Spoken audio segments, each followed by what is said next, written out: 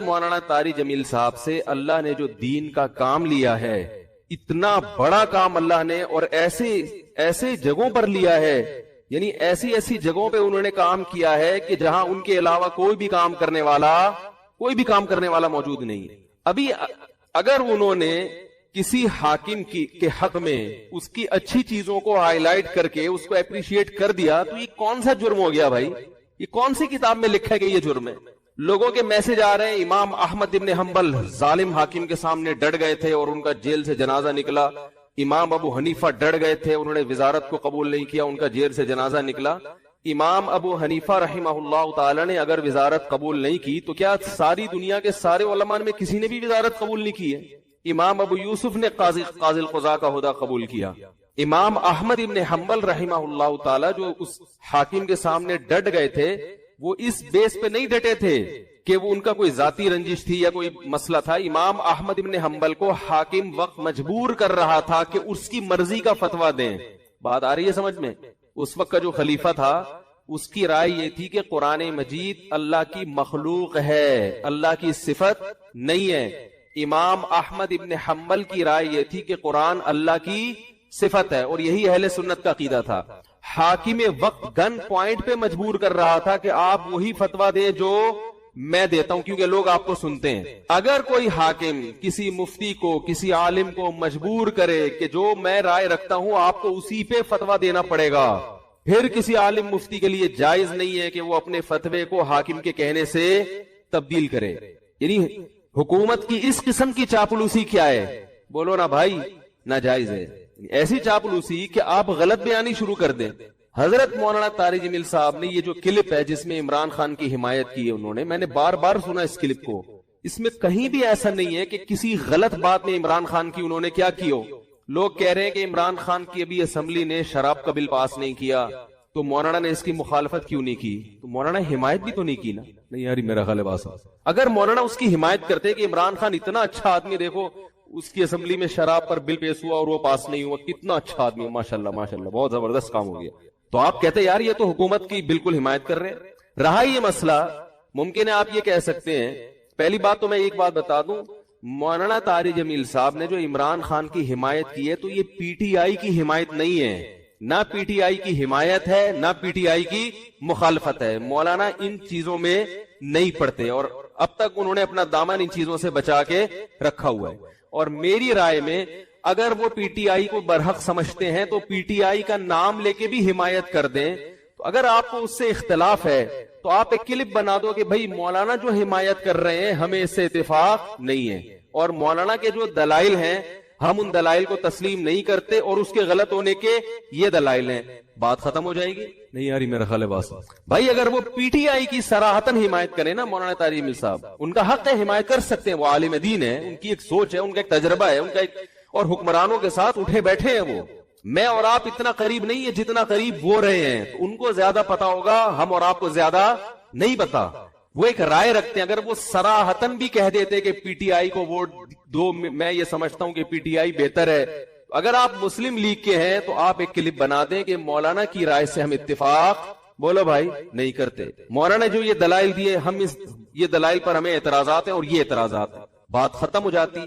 منافق اور حکومت کا پٹھو، مجھے تو وہ الفاظ کہتے ہوئے شرم آ رہی ہے، یہ کون سا طریقہ ہے بھائی؟ رائے کی آزادی کا ہر ایک کو حق حاصل ہے، تو میں کہتا ہوں اگر وہ صراحتاً بھی حمایت کر دیتے، آپ ان کی مخالفت پر ایک کلپ جاری کر دیتے کہ ہم ان سے اتفاق نہیں کرتے، ختم ہو جاتی بات۔ جبکہ انہوں نے پی ٹی آئی کی حمایت نہیں کی ہے، انہوں نے عمران خان کی اگر حمایت کی ہے تو اس لیے نہیں کہ وہ پی ٹی آئی کا سربراہ ہے، اس لیے کہ وہ ملک کا سربراہ ہے۔ بات آ رہی ہے سمجھ میں؟ ملک کا سربراہ کوئی بھی ہو، اسلام اس بارے میں ہمیں ہدایات دیتا ہے کہ ملک کے سربراہ سے لڑ کے، اس کی گالی گلوچ کر کے، اس کی مخالفت کر کے آپ اس سے کام نہیں نکلوا سکتے۔ اسلام میں حکم ہے ملک کے سربراہ کی اطاعت کا، فرما برداری کا، اس کی تعظیم کا، اس کی عزت اور اس کے احترام کا، ہمارے اکابر کی تاریخ ہے یہ۔ امام احمد ابن حنبل کا جو حاکم وقت سے جھگڑا ہوا تھا، وہ حاکم نے زبردستی گن پوائنٹ پہ اپنی مرضی کا فتویٰ ان سے اگلوانے کا کہا تھا، یہ زیادتی ہو گئی تھی۔ اس کے باوجود امام احمد بن حنبل کے پاس لوگ آئے اور انہوں نے کہا کہ ہم آپ قوم کو جمع کریں، ہم اس حاکم کی ایسی کی تیسی کر دیتے ہیں. آپ تاریخ اٹھا کے دیکھیں, امام احمد بن حنبل نے اس کام سے لوگوں کو منع کیا. تو مولانا طارق جمیل صاحب نے جو عمران خان کی حمایت کی, عمران خان جو اچھے کام کر رہا ہے مولانا کی نظر میں, مولانا نے ان اچھے کاموں میں کیا کیا ہے, لوگوں کو ترغیب دی ہے کہ اس میں عمران خان کا ساتھ دیں. اور میں بھی یہی کہتا ہوں, اور صرف عمران خان کے بارے میں نہیں کہتا, اگر نواز شریف کی حکومت ہوتی اور وہ کچھ اچھے کام کر رہا ہوتا تو میں بھی یہ کہتا کہ اس معاملے میں آپ کس کی حمایت کریں, نواز شریف کی حمایت کریں. زرداری بھی اگر کوئی اچھے کام کرے گا تو ہم ببانگے دوہل یہ کہیں گے کہ اس کام میں آپ کس کی حمایت کریں. وہ الگ بات ہے, اس بیچارے نے, یعنی اس میں ابھی تک اختلاف ہے کہ کوئی ایسا کام کیا بھی ہے کہ جس کو اچھا کہا جا سکے کہ نہیں, اس میں اختلاف ہے. کچھ کہتے ہیں کہا ہے کیا, کچھ کہتے ہیں نہیں کیا. تو کوئی بھی کرے گا. اس سے پہلے مولانا طارق جمیل صاحب نواز شریف سے بھی ملتے رہے, مسلم لیگ کے صدر سے, اور جتنے بھی سیاسی لوگ آئے ہیں, جتنے بھی حکمران آئے ہیں, مولانا ان کے ساتھ ہمیشہ اچھا سلوک, بولو بھائی, کرتے رہے. کیوں کرتے رہے یہ میں ابھی آ رہا ہوں اس پر, کیونکہ اس کو لوگ کہتے ہیں یہ تو حکومت کے چاپلوسی اور مکھن لگانے والی پالیسی ہے, علماء حق کا تو یہ کردار نہیں ہونا چاہیے. علماء حق کا حکومت کے ساتھ کیا کردار ہونا چاہیے اس پہ میں ابھی آ رہا ہوں. پہلے میں اس بات کو ذرا کلیئر کر دوں کہ مولانا نے پی ٹی آئی کی حمایت نہیں کی ہے, مولانا نے پاکستان کے وزیر اعظم کی حمایت کی ہے.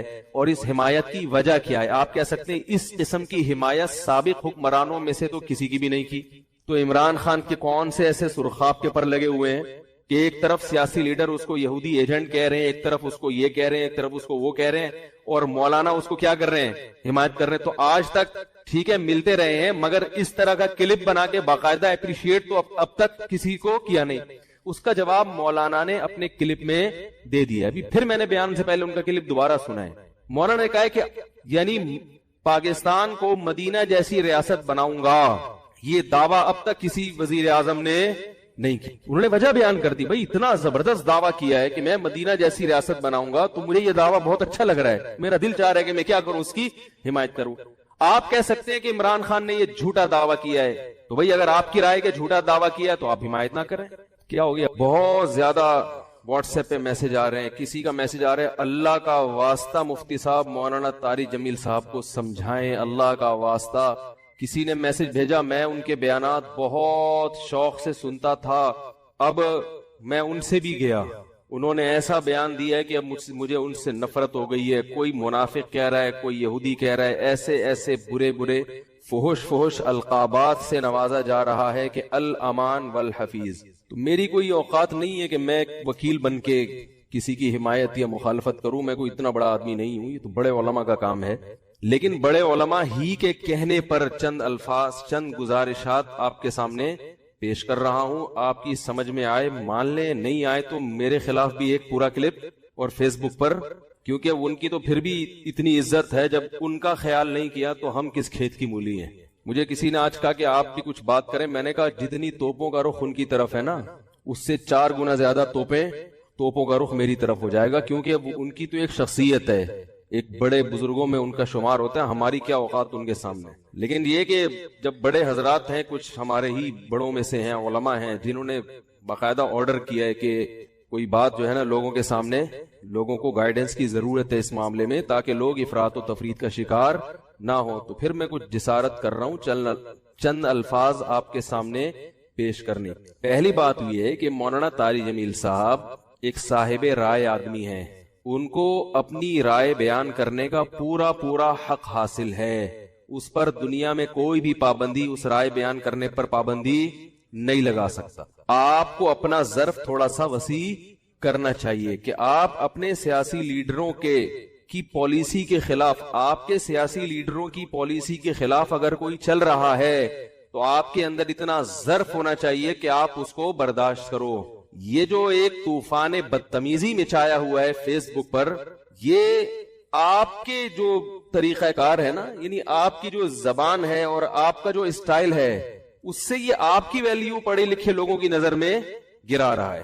آپ خود اپنے آپ کو بدنام کر رہے ہیں. حضرت مولانا طارق جمیل صاحب سے اللہ نے جو دین کا کام لیا ہے, اتنا بڑا کام اللہ نے, اور ایسے جگہوں پر لیا ہے, یعنی ایسی جگہوں پہ انہوں نے کام کیا ہے کہ جہاں ان کے علاوہ کوئی بھی کام کرنے والا موجود نہیں ہے. ابھی اگر انہوں نے کسی حاکم کے حق میں اس کی اچھی چیزوں کو ہائی لائٹ کر کے اس کو اپریشیٹ کر دیا تو یہ کون سا جرم ہو گیا بھائی؟ یہ کون سی کتاب میں لکھا ہے کہ یہ جرم ہے؟ لوگوں کے میسج آ رہے ہیں امام احمد ابن حنبل ظالم حاکم کے سامنے ڈٹ گئے تھے اور ان کا جیل سے جنازہ نکلا. امام ابو حنیفہ ڈٹ گئے تھے, انہوں نے وزارت کو قبول نہیں کیا, ان کا جیل سے جنازہ نکلا. امام ابو حنیفہ رحمہ اللہ تعالی نے اگر وزارت قبول نہیں کی تو کیا ساری دنیا کے سارے علماء میں کسی نے بھی وزارت قبول نہیں کی ہے؟ امام ابو یوسف نے قاضی القضاء کا عہدہ قبول کیا. امام احمد ابن حنبل رحمہ اللہ تعالی جو اس حاکم کے سامنے ڈٹ گئے تھے وہ اس بیس پہ نہیں ڈٹے تھے کہ وہ ان کا کوئی ذاتی رنجش تھی یا کوئی مسئلہ تھا. امام احمد ابن حنبل کو حاکم وقت مجبور کر رہا تھا کہ اس کی مرضی کا فتویٰ دیں. بات آ رہی ہے سمجھ میں؟ اس وقت کا جو خلیفہ تھا اس کی رائے یہ تھی کہ قرآن مجید اللہ کی مخلوق ہے, اللہ کی صفت نہیں ہے. امام احمد ابن حنبل کی رائے یہ تھی کہ قرآن اللہ کی صفت ہے, اور یہی اہل سنت کا عقیدہ تھا. حاکم وقت گن پوائنٹ پہ مجبور کر رہا تھا کہ آپ وہی فتویٰ دیں جو میں دیتا ہوں, کیونکہ لوگ آپ کو سنتے ہیں. اگر کوئی حاکم کسی مفتی کو, کسی عالم کو مجبور کرے کہ جو میں رائے رکھتا ہوں آپ کو اسی پہ فتویٰ دینا پڑے گا, پھر کسی عالم مفتی کے لیے جائز نہیں ہے کہ وہ اپنے فتوے کو حاکم کے کہنے سے تبدیل کرے. یعنی حکومت کی اس قسم کی چاپلوسی کیا ہے؟ بولو نا بھائی, ناجائز ہے. ایسی چاپلوسی کہ آپ غلط بیانی شروع کر دیں. حضرت مولانا طارق جمیل صاحب نے یہ جو کلپ ہے جس میں عمران خان کی حمایت کی ہے انہوں نے, میں نے بار بار سنا اس کلپ کو, اس میں کہیں بھی ایسا نہیں ہے کہ کسی غلط بات میں عمران خان کی انہوں نے کیا کی ہو. لوگ کہہ رہے ہیں کہ عمران خان کی ابھی اسمبلی نے شراب کا بل پاس نہیں کیا تو مولانا نے اس کی مخالفت کیوں نہیں کی؟ تو مولانا حمایت بھی تو نہیں کی نا. نہیں یاری میرا خیال ہے اگر مولانا اس کی حمایت کرتے کہ عمران خان اتنا اچھا آدمی, دیکھو اس کی اسمبلی میں شراب پر بل پیش ہوا اور وہ پاس نہیں ہوا, کتنا اچھا آدمی ہے, ماشاءاللہ ماشاءاللہ بہت زبردست کام ہو گیا, تو آپ کہتے یار یہ تو حکومت کی بالکل حمایت کر رہے. رہا یہ مسئلہ, ممکن ہے آپ یہ کہہ سکتے ہیں, پہلی بات تو میں ایک بات بتا دوں, مولانا طارق جمیل صاحب نے جو عمران خان کی حمایت کی ہے تو یہ پی ٹی آئی کی حمایت نہیں ہے, نہ پی ٹی آئی کی حمایت ہے نہ پی ٹی آئی کی مخالفت ہے. مولانا ان چیزوں میں نہیں پڑتے اور اب تک انہوں نے اپنا دامن ان چیزوں سے بچا کے رکھا ہوا ہے. اور میری رائے میں اگر وہ پی ٹی آئی کو برحق سمجھتے ہیں تو پی ٹی آئی کا نام لے کے بھی حمایت کر دیں. تو اگر آپ کو اس سے اختلاف ہے تو آپ ایک کلپ بنا دو کہ بھائی مولانا جو حمایت کر رہے ہیں ہمیں اس سے اتفاق نہیں ہے, اور مولانا کے جو دلائل ہیں ہم ان دلائل کو تسلیم نہیں کرتے اور اس کے غلط ہونے کے یہ دلائل ہیں. بات ختم ہو جائے گی. نہیں یاری میرا خیال ہے بات بھائی, اگر وہ پی ٹی آئی کی صراحتاً حمایت کریں نا مولانا طارق جمیل صاحب, ان کا حق ہے, حمایت کر سکتے ہیں, وہ عالم دین ہے, ان کی ایک سوچ ہے, ان کا ایک تجربہ ہے, ان کا ایک, اور حکمرانوں کے ساتھ اٹھے بیٹھے ہیں وہ. میں اور آپ اتنا قریب نہیں ہے جتنا قریب وہ رہے ہیں, تو ان کو زیادہ پتا ہوگا, ہم اور آپ کو زیادہ نہیں پتا. وہ ایک رائے رکھتے ہیں, اگر وہ صراحتاً بھی کہہ دیتے کہ پی ٹی آئی کو ووٹ دو, میں یہ سمجھتا ہوں کہ پی ٹی آئی بہتر ہے. اگر آپ مسلم لیگ کے ہیں تو آپ ایک کلپ بنا دیں کہ مولانا کی رائے سے ہم اتفاق, بولو بھائی, نہیں کرتے. مولانا جو یہ دلائل دیے, ہم یہ دلائل پر ہمیں اعتراضات ہیں اور یہ اعتراضات ہیں, بات ختم ہو جاتی. منافق اور حکومت کا پٹھو, مجھے تو وہ الفاظ کہتے ہوئے شرم آ رہی ہے. یہ کون سا طریقہ ہے بھائی؟ رائے کی آزادی کا ہر ایک کو حق حاصل ہے. تو میں کہتا ہوں اگر وہ صراحتاً بھی حمایت کر دیتے, آپ ان کی مخالفت پر ایک کلپ جاری کر دیتے کہ ہم ان سے اتفاق نہیں کرتے, ختم ہو جاتی بات. جبکہ انہوں نے پی ٹی آئی کی حمایت نہیں کی ہے, انہوں نے عمران خان کی اگر حمایت کی ہے تو اس لیے نہیں کہ وہ پی ٹی آئی کا سربراہ ہے, اس لیے کہ وہ ملک کا سربراہ ہے. بات آ رہی ہے سمجھ میں؟ ملک کا سربراہ کوئی بھی ہو, اسلام اس بارے میں ہمیں ہدایات دیتا ہے کہ ملک کے سربراہ سے لڑ کے, اس کی گالی گلوچ کر کے, اس کی مخالفت کر کے آپ اس سے کام نہیں نکلوا سکتے. اسلام میں حکم ہے ملک کے سربراہ کی اطاعت کا, فرما برداری کا, اس کی تعظیم کا, اس کی عزت اور اس کے احترام کا. ہمارے اکابر کی تاریخ ہے یہ. امام احمد ابن حنبل کا جو حاکم وقت سے جھگڑا ہوا تھا, وہ حاکم نے زبردستی گن پوائنٹ پہ اپنی مرضی کا فتویٰ ان سے اگلوانے کا کہا تھا. یہ زیادتی ہو گئی تھی. اس کے باوجود امام احمد بن حنبل کے پاس لوگ آئے اور انہوں نے کہا کہ ہم, آپ قوم کو جمع کریں, ہم اس حاکم کی ایسی کی تیسی کر دیتے ہیں. آپ تاریخ اٹھا کے دیکھیں, امام احمد بن حنبل نے اس کام سے لوگوں کو منع کیا. تو مولانا طارق جمیل صاحب نے جو عمران خان کی حمایت کی, عمران خان جو اچھے کام کر رہا ہے مولانا کی نظر میں، مولانا نے ان اچھے کاموں میں کیا کیا ہے؟ لوگوں کو ترغیب دی ہے کہ اس میں عمران خان کا ساتھ دیں، اور میں بھی یہی کہتا ہوں، اور صرف عمران خان کے بارے میں نہیں کہتا، اگر نواز شریف کی حکومت ہوتی اور وہ کچھ اچھے کام کر رہا ہوتا تو میں بھی یہ کہتا کہ اس معاملے میں آپ کس کی حمایت کریں؟ نواز شریف کی حمایت کریں۔ زرداری بھی اگر کوئی اچھے کام کرے گا تو ہم ببانگے دوہل یہ کہیں گے کہ اس کام میں آپ کس کی حمایت کریں۔ وہ الگ بات ہے اس بیچارے نے، یعنی اس میں ابھی تک اختلاف ہے کہ کوئی ایسا کام کیا بھی ہے کہ جس کو اچھا کہا جا سکے کہ نہیں، اس میں اختلاف ہے، کچھ کہتے ہیں کہا ہے کیا، کچھ کہتے ہیں نہیں کیا، تو کوئی بھی کرے گا۔ اس سے پہلے مولانا طارق جمیل صاحب نواز شریف سے بھی ملتے رہے، مسلم لیگ کے صدر سے، اور جتنے بھی سیاسی لوگ آئے ہیں، جتنے بھی حکمران آئے ہیں، مولانا ان کے ساتھ ہمیشہ اچھا سلوک، بولو بھائی، کرتے رہے۔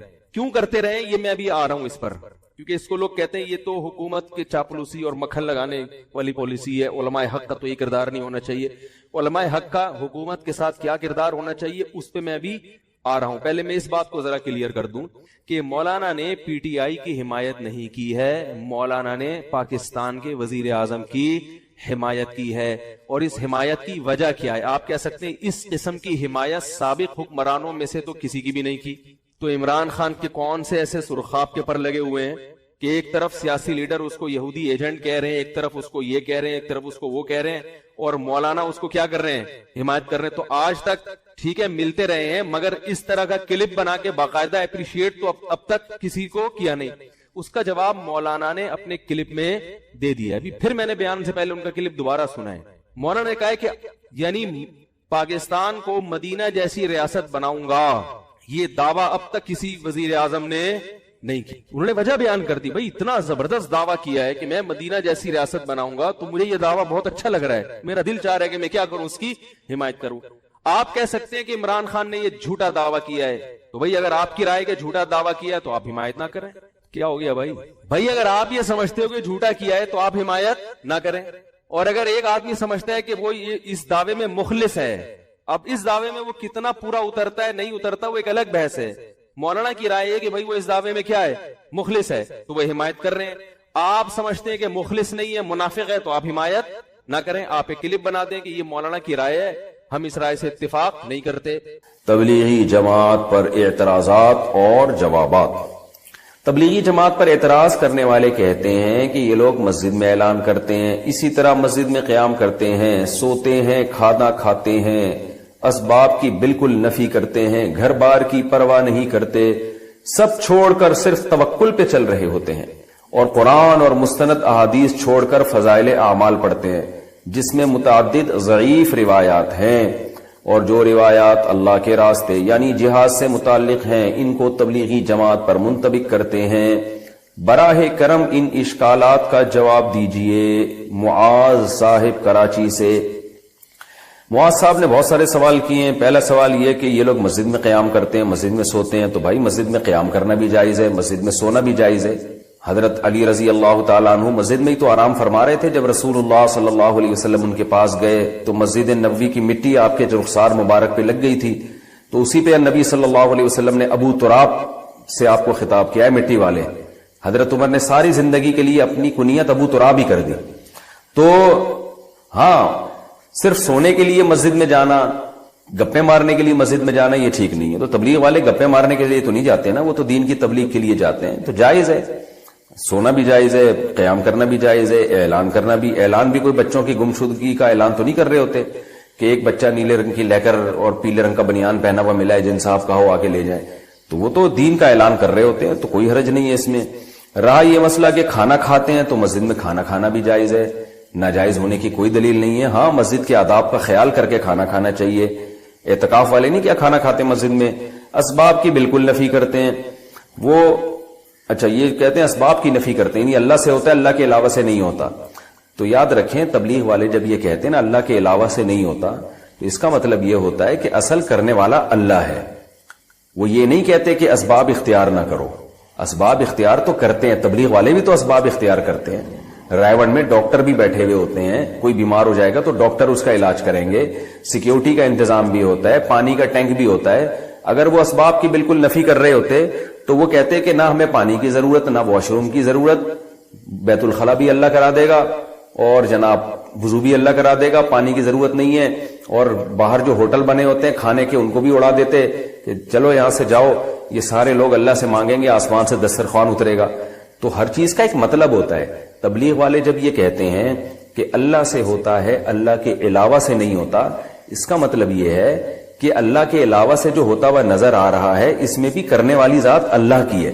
تو اس لیے اصل نظر اللہ پہ رکھو، اسباب اختیار کرو، مگر دل میں یہ عقیدہ رکھو کہ ان اسباب میں جان اللہ ڈالے گا. اللہ نہیں چاہے گا تو پوری دنیا کے بھی اسباب اختیار کر لیں کچھ نہیں ہوگا. تو یہ اصل کانسیپٹ ہے تبلیغ جماعت والوں کا، اور یہ بالکل شریعت کے عین تقاضوں کے مطابق ہے. ہاں کوئی عامی آدمی جس کو علم نہ ہو وہ اسباب کی بالکل یہ نفی کر دے اور وہ کہے کہ دکان چلانی نہیں ہے، بس اللہ رزق دے گا، تو پھر تبلیغ کے اکابر اس سے بری و ذمہ ہے. وہ اس کا اپنا مسئلہ ہوگا، اپنا ذاتی وہ ہوگا. وہ تبلیغ والے جو علماء ہیں وہ ایسی باتیں نہیں کرتے، یا ان کا یہ کانسیپٹ نہیں ہے. تو اسباب سے ہونے کا مطلب کیا ہے کہ یعنی اسباب سے نہ ہونے کا مطلب یہی ہے کہ جیسے وہ ایک مثال بھی دیتے ہیں نا کہ آگ کا کام ہے جلانا، لیکن ابراہیم علیہ السلام کو آگ میں ڈالا گیا تو آگ نے نہیں جلایا. اس سے پتہ چلتا ہے جلاتا اصل تو اللہ ہے. اب اس سے تبلیغ والے کبھی یہ ترغیب نہیں دیتے. بڑے عالم تھے وہ، انہوں نے فقہ حنبلی سے بھی چند چیزوں میں خروج کیا ہے. ایک مولوی صاحب، ایک صاحب تھے، اسی طرح کہنے لگے. میں نے کہا بھائی جان بہت بڑی مشکل میں پھنس جاؤ گے تو، کیونکہ اگر تم ان کو فالو کرو گے نا ہر چیز میں، جیسے آپ کہہ رہے ہو کہ وہ قرآن و سنت صحیح سمجھتے تھے، تو شیخ بن باز کا بالکل واضح فتویٰ ہے کہ ایک نماز بھی جان کر چھوڑ دی تو کافر ہے وہ. ان کا تو مشہور فتویٰ ہے کہ اگر آپ نے الارم لگایا صبح 8 بجے کا آفس جانے کے لیے، فجر کا الارم ہی نہیں لگایا، تو آپ اسلام سے خارج، آپ کا نکاح بھی ٹوٹ گیا. یہ تو مشہور فتویٰ. یہاں آگے ڈنڈی مارتے ہیں نہیں اس فتوے میں ان کو فالو. تو یار یہ تو پھر کلابازیاں، یہ تو خواہشات کی اتباع ہو گئی نا. پھر یہ کہتے ہیں اس میں ان کے پاس دلیل نہیں ہے. کیوں نہیں دلیل ہے بھائی؟ ان کے پاس اس بارے میں بھی حدیثیں ہیں، جمہور کے پاس بھی حدیثیں ہیں، ان کے پاس. اور یہ نماز چھوڑنے پر کافر ہونے والی حدیثیں تو بہت واضح ہیں، صحیح ہے نا، بہت واضح حدیثیں ہیں. تو اس لیے عوام کو چاہیے فقہی مسائل میں قرآن و حدیث کی کچھ چیزیں تو بہت واضح ہیں، ان میں سے تو کسی کو فالو کرنے کی ضرورت نہیں. کچھ جو جہاں حدیثوں میں دونوں طرف ہوتی ہیں اس میں بجائے اس کے کہ بحث میں لگے، ایک فقہ کو فالو کرے، دوسرے کو بھی ٹھیک سمجھے. یہ ایسا طریقہ ہے جو ایکسیپٹیبل بھی ہے، صدیوں سے آزمایا ہوا بھی ہے، اور اس کا فائدہ یہ ہوگا کہ امت فروعی اختلافی مسائل میں پڑھنے کے بجائے دوسرے کاموں کو فوکس کرے گی. ورنہ رفع الدین ہی کا جھگڑا قیامت تک ختم نہیں ہوگا. پھر جو کہتے ہیں نا ختم ہو گیا، دلائل سے واضح ہو گیا، وہ ایک طرف کے دلائل بتا رہے ہوتے ہیں، دوسری طرف کے پی رہے ہوتے ہیں. وہ ایک مولانا ایک صاحب آ گئے میرے بیان میں اور رفع الدین کی دلیلیں پیش کرنے لگے. میں نے کہا تو سنن نسائی میں حدیث ہے 2 سجدوں کے درمیان بھی رفع الدین کی، تو پھر وہ بھی کرو. فوراً کہتی ہے ضعیف ہے وہ. پھر بحث کرنے لگے. میں نے کہا کیسے ضعیف ہو گئی بھائی، وہ صحیح حدیث ہے، ٹھیک ہے نا. ہماری نظر میں جیسے وہ چھوڑ دیا تو یہ والا بھی چھوڑ دیا، اس کے بھی قرائن ہے، اس کے بھی قرائن ہے. تو کہنا نہیں وہ ضعیف ہے. اب ڈٹائی کے ساتھ کسی چیز پہ ڈٹ جاؤ تو اس کا کوئی علاج نہیں ہے. ناصر الالبانی نے اس کو ضعیف قرار دیا ہے، صحیح قرار دیا ہے. تبھی میں نے سنا ناصر الالبانی کا فتویٰ بھی تھا کہ 2 سجدوں کے درمیان بھی رفع الدین کرنا چاہیے. واللہ عالم، اس کی مجھے پوری وضاحت نہیں ہے کہ ہے بھی ایسا، لیکن سنا ہے. تو یہ امت انہی جھگڑوں میں لگی رہے گی، یہ صحیح ہے وہ ضعیف ہے، یہ فلانا ہے ڈمکانا ہے. اور یہ وہ لوگ صحیح حدیث کو ضعیف کہہ رہے ہوتے ہیں یا ضعیف کو صحیح کہہ رہے ہوتے ہیں جن کو علم اصول حدیث کی الف بے بھی پتہ نہیں ہوتی، نہ ان کو تدلیس کا پتہ ہے، نہ ارسال کا پتہ ہے. ایک نے لمبی پھینک دی. میں نے ایک حدیث پیش کی، میں نے کہا یہ دلیل ہے. کہہ رہے یہ تو مرسل حدیث ہے اور مرسل بالاتفاق ضعیف ہوتی ہے. میں نے کہا یار پھینکنے سے پہلے، اس وقت یہ یوٹیوب اتنا زیادہ عام نہیں تھا، میں نے کہا کچھ خدا کا خوف کرو یار. مرسل حدیث کو کہہ دیا بالاتفاق کیا ہوتی ہے. ایک تو پوری بحث ہے کون سی مرسل قابل قبول ہے، کون سی مرسل. کہتے ہیں صحابی تابعی کی کو حذف کر کے تابعی جو ہے نا صحابی کا نام حذف کر کے ڈائریکٹ نبی سے حدیث پیش کرتے ہیں. تو صحابی کو بیچ میں سے انہوں نے کیا کر دیا، حذف. اب ہمیں پتہ نہیں بیچ میں راوی کون سا غائب ہے. اس پہ تو علماء کا بڑا کلام ہے کہ یہ صحیح ہے یا ضعیف ہے. انہوں نے پھینک دی لمبی کہ کیا ہوتی ہے یہ. پھینکتے رہو لوگ ایک دم واہ بھائی واہ، سند متصل چونکہ نہیں ہے لہذا حدیث ضعیف ہے. سند کا اتصال ہمیشہ صحت کے لیے ضروری نہیں ہے. پوری ایسے ہی تھوڑی 2 سال کے علم حدیث کے تخصص ہو رہے ہیں، بیٹھ کے پھینکے جا رہے ہیں. لوگ کہتے ہیں ماشاءاللہ ماشاءاللہ. تو وہی ہے جیسے نیم ڈاکٹر حکیم خطرہ جان ہے. یوٹیوب پہ نیم ڈاکٹروں کے کلپ دیکھ دیکھ کے لوگ برباد ہو گئے ہیں نا. کورونا کے دنوں میں قہوے پی پی کے بیڑا کیا کر دیا، غرق. نیم حکیموں کے کلپ آئے ہوئے تھے، یہ سنا مکی کا قہوہ بنا کے پیئیں، اس سے کیا ہوگا کہ یہ شفا ملے گی. حدیث میں آتا ہے لیکن یہ قہوے کا تھوڑی حدیث میں ذکر ہے. اور اس موقع پہ وہ پلائے لوگوں نے، اس سے نقصان کیا ہوا کہ آپ کو موشن ہوئے اور آپ کے جو امیون سسٹم تھوڑا سا لنگڑا لولا سا باقی رہ گیا تھا وہ موشن میں بہہ گیا. وہ کیا ہوا موشن میں. تو ہمارے ایک استاذ کو ہو گیا تھا کہ ہمیں بہت پی، انہوں نے مختلف قسم کے، پھر بھی ہو گیا نا. تو اب دلیل تو اس کے پاس بھی ہے، سنا مکی جو ہے اور کلونجی جو ہے اس میں شفا ہے. بھائی شفا کا یہ مطلب تھوڑی ہے. اب شہد میں شفا ہے تو کیا مطلب، شوگر لو ہو رہی ہے تو شہد کھاؤ, شفا ملے گی. پہلے ہی شوگر ہائی ہوئی ہے, پھر آپ نے کہا قرآن میں آتا ہے شفا ہے اور پی لی تو لیٹ جاؤ گے آپ, مر جاؤ گے آپ. سمجھتے ہو کہ نہیں سمجھ؟ ہر چیز یہ تو سائن ہے, علامتیں ہیں. اب شفا کیسے تو ڈاکٹر بتائے گا, جو ماہر حکیم ہے, تجربے کار حکیم ہے, وہ بتائیں گے. تو جیسے انڈ شنڈ, اور میں نے دیکھا یوٹیوب پہ جو ایکسپرٹ ڈاکٹرز ہیں نا, ان کے ویوز کم ہیں, جو پھینکو ہیں ان کے ملینز میں جا رہے ہیں, دے تنادن جائے جا رہے ہیں. تو عوام چاہتی ہے کچھ نئی چیز لاؤ مارکیٹ, تو بس وہی آ رہی ہے. اچھا بھائی مفتی صاحب, میرا اعتراض یہ ہے کہ آپ ماشاء اللہ مالدار ہیں, تو پھر آپ بھی مسجد مدرسے سے وظیفہ اور مسجد کا گھر کیوں لیتے ہیں؟ یار دنیا میں کوئی شخص, اول تو آپ کو کیسے پتا چلا میں مالدار ہوں؟ پہلی بات تو یہ, میں تو اپنے آپ کو پہلے سے ہی کروڑ پتی سمجھتا ہوں. جب میرے پاس ایک پھٹ پٹی سی بائک تھی, میں تو ہوں مالدار, اب بھی ہوں, اب تو پہلے سے اللہ نے بہت زیادہ دے دیا. آپ کو کیسے پتا چلا مالدار ہوں میں؟ ایک بات. دوسری بات, اگر ہوں تو کسی خدمت کے عوض میں کوئی وظیفہ لینا ناجائز ہو گیا ہے کیا؟ یعنی امام غریب ہو تو تنخواہ لینا جائز ہے, غریب نہیں ہے تو تنخواہ لینا جائز نہیں ہے؟ یہ کون سے کس کا فتویٰ ہے بھائی؟ تو یہ کہاں سے نکلا؟ اور دوسرا, میری جو تنخواہ ہے نا مسجد میں, وہ اگر آپ کو پتا چلے تو آپ بولو کہ تکلف کی آپ کو ضرورت کیا ہے. اس میں گٹکا بھی نہیں آتا آج کل, سمجھ رہے ہو؟ تو وہ گٹکا بھی نہیں آتا اس میں. اور مدد جامعۃ الرشید سے جو میری تنخواہ ہے وہ بھی اگر میں آپ کو بتا دوں تو, اور کتنے سال میں 23 سال پڑھا رہا ہوں, 23 سال کے بعد تو کہاں تنخواہیں پہنچ جاتی ہیں کسی ادارے میں. تو علماء بیچاروں کی ایسے ہی, وہ اس قابل نہیں ہوتے کہ ان کو عار دلائی جائے کہ آپ تنخواہ کیوں لے رہے ہو. وہ جو لے رہے ہیں وہ بہت ہی آپ سے بھی زیادہ مختصر ہے وہ. اچھا, اور پھر چھٹیوں پہ کٹتی ہیں تنخواہیں ہماری جامعۃ الرشید میں, ہماری ہر گھنٹے کی غیر حاضری لگتی ہے. 1 منٹ بھی لیٹ ہو گئے نا تو اسے 1 منٹ کی بھی تنخواہ کٹتی ہے جامعۃ الرشید. تو مجھے تو صرف رمضان میں پتہ چلتا ہے میری تنخواہ کتنی ہے, کیونکہ وہ چھٹیوں کی تو پوری تنخواہ ملتی ہے, باقی تو 1 منٹ بھی لیٹ ہو گئے تو اس کی تنخواہ کٹے گی. تو یہ تو علماء, اور میں تو چلو اللہ نے مجھے دوسرے بھی وسائل دیے ہیں کمانے کے, لیکن جو دیگر علماء ہیں ان بیچاروں کی حالت تو حکومت سے تعلق 2 طرح کا ہوتا ہے. ایک ہوتا ہے چاپلوسی کے لیے, اس میں لینے کی کوشش کی جاتی ہے کہ تھوڑا سا مکھن لگاؤ, پھر یہ کاغذ اپنے نام کروا لو, یہ اپنے نام کروا لو. تو ہمارے جو شیخ مفتی عبدالرحیم صاحب ہیں, ان کے تو بیٹے بھی مدرسے سے ان کا تعلق نہیں ہے. انہوں نے تو وصیت کی ہے میرے مرنے کے بعد میرے بیٹے مدرسے کے محتمم نہیں بنیں گے, مدرسے میں کسی قسم کا انتظام ان کے ہاتھ میں نہیں آئے گا. حالانکہ ان کے بیٹا میرا شاگرد ہے, میرا خیال ہے جامعۃ الرشید میں نہیں کہہ رہا سب سے نیک وہی ہے, یہ دعویٰ نہیں کر رہا, لیکن جو بھی اس سے ملے گا وہ کہے گا بہت نیک ہے. یہ رمضان میں ایک دن میں 15 پارے پڑھنے کا معمول ہے. دینی علوم بھی ہیں, دنیاوی علوم بھی ہیں, بہت سی استعداد ہے. تہجد جو ہے نا, تراویح تہجد, ہم دیکھیں, ہم سفر کیا ان کے ساتھ, اور بڑی خدمت گزار. تو ہونا تو چاہیے یہی بنے, انہوں نے وصیت کی یہ نہیں بنے گا, ٹھیک ہے نا. تو نہ اپنی اولاد کے لیے کچھ چھوڑا, نہ اپنے لیے ایک بالغ زمین پراپرٹی ان کے پاس نہیں ہے. سمجھ رہے ہو؟ جو اسٹیبلشمنٹ کا بندہ ہوتا ہے, کبھی دیکھا کہ اس کے پاس ایک بالغ زمین بھی نہ ہو؟ وہ تو کروڑوں کی جائیدادیں بنا لیتے ہیں. تو ایک بالغ بھی زمین ان کے پاس نہیں ہے. کوئی گفٹ لا کے, ایک دن میرے سامنے کسی نے پلاٹ ان کو گفٹ دیا, اسی وقت انہوں نے آگے صدقہ کر دیا, وہ پورا پلاٹ مدرسے کے نام کر, مدرسے کو گفٹ دے دیا. وہ کوئی محتمم دیکھا جو اتنا مدرسے کو اپنا مال اتنا دے رہا ہو. تو ہمیں جن بزرگوں سے تعلق ہے نا بھائی, جن سے ہم بیعت ہیں, وہ بڑے خاندانی قسم کے بزرگ ہیں. ایسے ہی تھوڑی ہم نے 23 سال کسی سے تعلق, بلکہ 23 بھی نہیں, 29 سال میرا ان سے, میں ان کے ساتھ رہا ہوں. جامعۃ الرشید کی انتظامیہ جو حضرت مفتی صاحب ہیں, تو اتنا کلوز ہونے کے بعد تو انسان رائے قائم کرنے کا حقدار ہے. پھر بھی ہم کہتے ہیں لا نزکی علی اللہ احد, ہم یہ نہیں کہہ رہے 100% کامل دنیا میں ہر شخص ہوتا ہے. ان کی پالیسیوں سے اختلاف بھی ہو سکتا ہے, سب کو ہو سکتا ہے, پالیسی غلط بھی ہو سکتی ہے, صحیح بھی ہو سکتی ہے. انسان ہے بھائی, غلطی کا امکان ہے, ہو سکتا ہے جو پالیسیاں چل رہے ہیں غلط ہو جائے, اس کے فائدے کے بجائے نقصان ہو جائے, لیکن صحیح بھی ہو سکتے ہیں. تو ان کے پاس جب آپ بیٹھو تو آپ کے ہر اشکال کا ان کے پاس جواب ہے. تو یہ ایک فضول بات بہت زیادہ چلائی. حدیث میں آتا ہے کہ میرے بعد اگر کوئی نبی ہوتا تو عمر ہوتے, جبکہ حدیث میں بھی تو آتا ہے کہ علی میری نسبت تم سے وہی ہے جو کہ یوسف کی ہارون سے, لیکن میرے بعد کوئی نبی نہیں ہے. تو کیا تعارض ہے؟ حدیث میں تعارض نہیں ہے بھائی. جو فضیلت عمر کے بارے میں وہی علی کے بارے میں. اگر نبی کے بعد کوئی نبی ہوتا تو عمر بھی ہوتے اور حضرت علی بھی ہوتے. اس میں کون سی ایسی ٹینشن والی بات ہے؟ ہمارے دوست مولوی صاحب کہتے ہیں کہ میں نے مولویوں کے ساتھ زندگی گزار دی, مولوی صرف ممبر کی حد تک دیندار نظر آتے ہیں, خود سارے کام کر رہے ہوتے ہیں, ہمیں منع کرتے ہیں کہ حرام ہے. یہ کسی حد تک صحیح بھی ہے, غلط بھی ہے, مبالغہ بھی ہے. سارے مولوی ایک جیسے نہیں ہوتے, اور یہ حقیقت بھی ہے. میں نے خود بھی دیکھا ہے ممبر پہ پھر خود کر رہے ہوتے ہیں وہ کام. ہمارے استاذ ایک بات کیا کرتے تھے کہ جب بھی کوئی فتویٰ دو نا تو پہلے یہ دیکھو اس کی ایج کتنی ہے, کتنے دنوں کے بعد میں نے اس سے یو ٹرن لینا ہے. تو پہلے سے ہی سوچ سمجھ کے فتویٰ دیا کرو. بعض دفعہ یہ ہوتا ہے, یہ گڑبڑ ان مولویوں میں ہوتی ہے جو واعظ ہوتے ہیں, وہ کسی چیز کو نا اس کی حیثیت سے زیادہ بڑھا دیتے ہیں, حالانکہ وہ شریعت میں نہیں ہوتی, اور اتنا بڑھا دیتے ہیں کہ سوسائٹی میں وہ قابل عمل ہوتی نہیں ہے.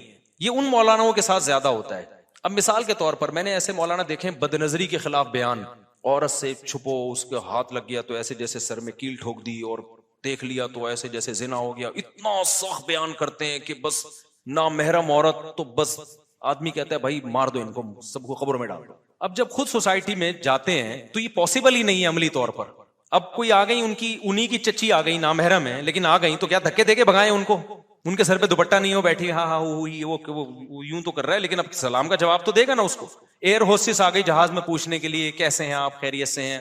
وہ یوں کہ نامحرم کو دیکھنا حرام ہے، وہ ظاہر ہے مروت کے خلاف ہے، وہ کہے گا ٹھیک ہوں آپ خیریت سے ہیں، اتنا تو ہوگا۔